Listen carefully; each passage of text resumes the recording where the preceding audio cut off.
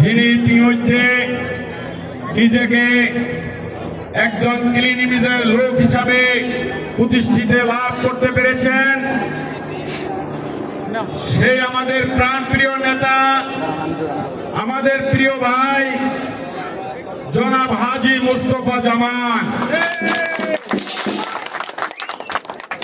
আরো উপস্থিত আছেন ঢাকা মহানগর উত্তর বিএনপির সাবেক সদস্যবৃন্দ এবং দক্ষিণখান থানা বিএনপির সর্বস্তরের নেতৃবৃন্দ, সকলকে দক্ষিণখান থানা বিএনপির পক্ষ থেকে সালাম এবং অভিনন্দন। আজকে বিশেষ করে যে আয়োজক সালাউদ্দিন রুবেল এত সুন্দর একটি আয়োজন করেছেন,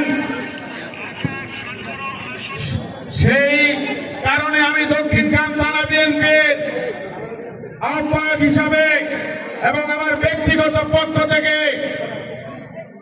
মধুবাগবাসী তথা সালাউদ্দিন রুবেলকে ধন্যবাদ জানাচ্ছি।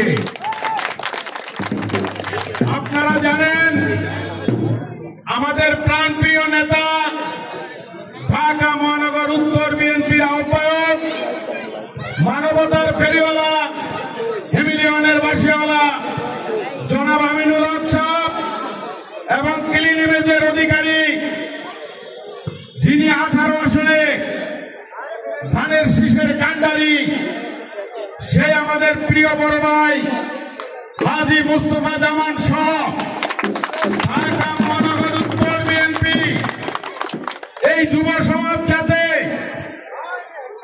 আর কোন অন্যায় পথে না যায়, সেই ফ্যাসিস্ট আমলে খেলাধুলা বলতেই ছিল না। তাই বিগত 1 বছরে আপনারা দেখেছেন দেশের আনাচে কানাচে প্রত্যেকটা থানা, ওয়ার্ডে, ইউনিটে কিভাবে খেলাধুলা হচ্ছে। তার কারণ যুব সমাজ যাতে নেশার দিকে না যায়, নেশার পথ থেকে যুব সমাজকে ফেরানোর জন্য আজকের এই খেলাধুলা। তাই আমি দক্ষিণখান থানা বিএনপির পক্ষ থেকে ঢাকা মহানগর উত্তরকে ধন্যবাদ জানাই।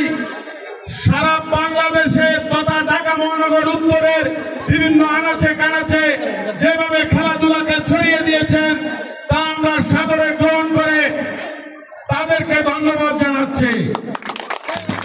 আর যুব সমাজ আমাদের ভাইদের উদ্দেশ্যে আমি একটি কথা বলি, আমি আমার কথা শেষ করব। একটা কথা, দক্ষিণখান থানা বিএনপির আমি ভারপ্রাপ্ত আহ্বায়ক হিসাবে আজকে প্রধান অতিথির সামনে একটি কথা স্পষ্ট ভাষায় বলতে চাই, কোন মাদক, কোন চাঁদাবাজ, কোন কিছুর জায়গা দক্ষিণখানের মাটিতে হবে না ইনশাআল্লাহ। তাই আপনারা সকলে খেলাধুলায় ঝাঁপিয়ে পড়েন। আজকের অনুষ্ঠানে প্রধান অতিথি এসে অনুষ্ঠানকে অলঙ্কিত করাতে আমি দক্ষিণখান থানা বিএনপির পক্ষ থেকে ধন্যবাদ জানিয়ে আমি আমার সংক্ষিপ্ত বক্তব্য এখানে শেষ করছি। আসসালামু আলাইকুম। শহীদ রাষ্ট্রপতি জিয়াউর রহমান অমর, দেশ নেত্রী বেগম খালেদা জিয়া জিন্দাবাদ, তারুণ্যের অহংকার তারেক রহমান জিন্দাবাদ জিন্দাবাদ।